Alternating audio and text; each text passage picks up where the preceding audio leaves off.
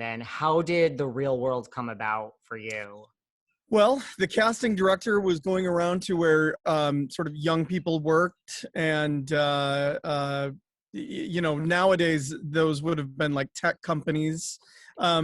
At the time, they were going to record companies, one of which was EMI Records, where my older sister worked in promotions. And one of her friends recommended me to the casting director, who called me and asked me if if I would be interested in coming down and meeting with the casting department for a new experimental TV show airing on MTV that would feature my life and my band. So that was how it was pitched, like as something That's new and exactly how it was pitched. experimental. A documentary style experimental TV show. And you hear MTV, which, at that time was, showing videos night and day, and, was the only place to go for all your videos. Well, it was the only place to go for Gen X. I mean, honestly, they spoke to Gen X in a direct way that nothing else did. So it was absolutely the go-to for people my age and of like interest. Did you have any what did the meeting go like? So you said yes, you went down, and what was that first meeting like? It was great. It was fun. I mean, they were asking me questions about, about my life and about, the band and what I do. And then they asked me to submit like a home video of my friends and my life and just sort of general silliness, which I did, and it was pretty silly. One thing led to another. Meeting after meeting after meeting were scheduled, and I got it. Did you have any reservations? I should have, but no, I was strangely fearless at that time, and I kind of was throwing caution to the wind and just said, let's do this. And you probably, were you like, okay, this could be a great opportunity for my band as well? Of course, yes. Anything having to do with MTV at that time was an opportunity to, get amazing exposure, and heighten the awareness of what you do. At the time, I was just a struggling musician, just trying to be heard above the noise. Was like, okay, because I know a lot of people said, like a free place to live, but you kind of split your time between New Jersey and the Loft. Most of us did split our time between where we were living prior to the Loft and the Loft.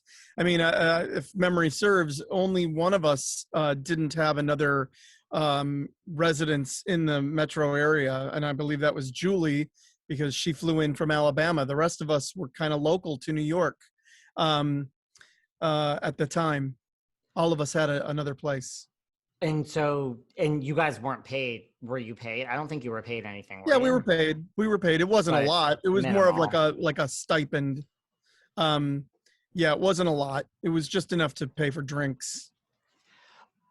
When you were telling people you were going into the house, for this new experiment where people, because again, at this time we had nothing. There was no Hills, Laguna Beach. We didn't even have Survivor. I mean, reality TV did not exist. Yeah.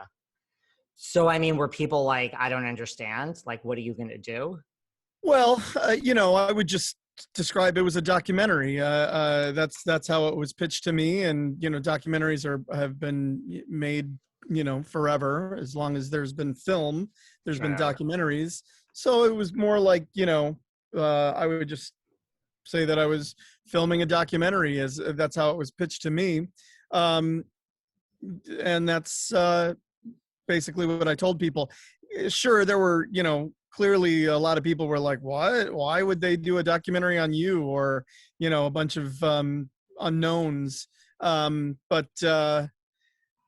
Yeah, MTV was very much at the forefront of experimental programming, and I think, I think they were just like, and no one expected it to be much of anything. I mean, we all figured it was going to air once or twice, and then just poof, gone.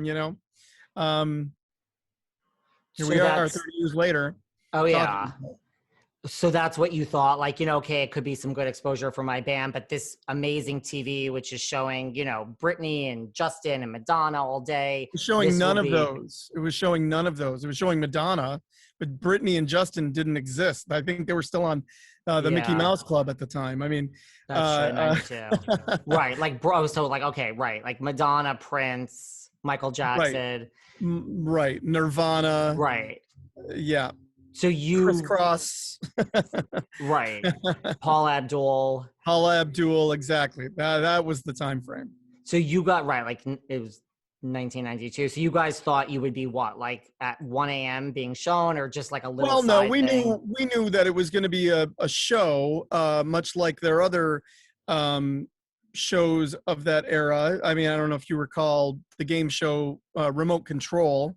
Yeah, That sure. was, and it aired once and then was never heard from again. I mean, that's what we expected.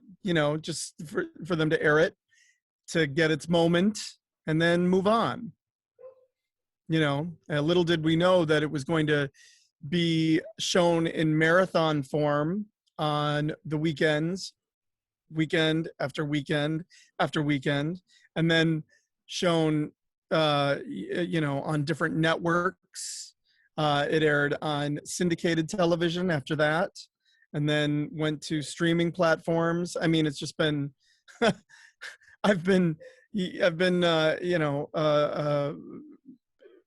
been aired almost not quite nonstop, but regularly for 30 years now. I mean, Yeah.